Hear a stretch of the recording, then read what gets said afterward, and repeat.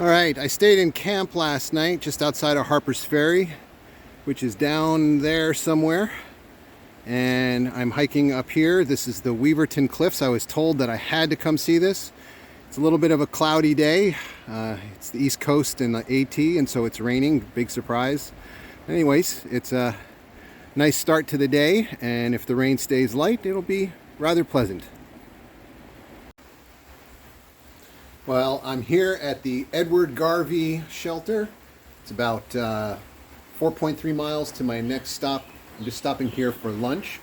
It's a nice shelter, and it's got a second level up there. You get around the other side. You can get up to with a staircase, and then down that way is the spring, about 0.1 miles. But this place is surrounded by poison ivy, so I think I'm going to just stay in the shelter, have my lunch, and move on. Normally, I don't.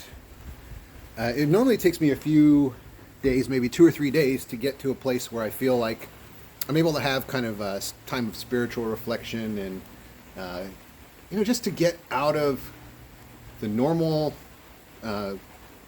work headspace and everything to feel like this is normal, so I can start having a different kind of thought life. But I had a jump start yesterday, so last night I got into Harpers Ferry and I was walking to the shelter or the campground, and I went too far and had to backtrack, so I got a nice 5-mile walk in the first day.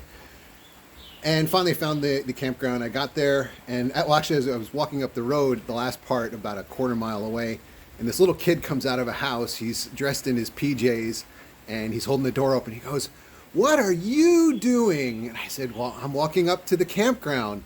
And then he said, without hesitation, said, "You're an old man."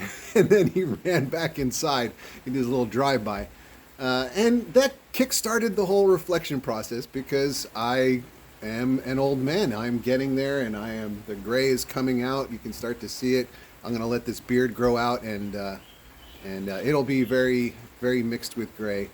And so that's got me giving me some fuel for thought on my first day or second day on the trail. So I'll probably check in again when I get to the Crampton Gap shelter.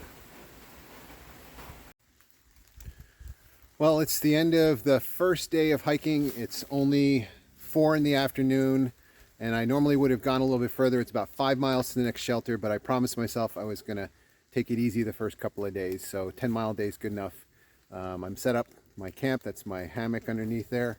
The orange thing hanging down is my pack cover, which doubles as a gear sling so that I can throw stuff in the side as I'm sleeping in my hammock.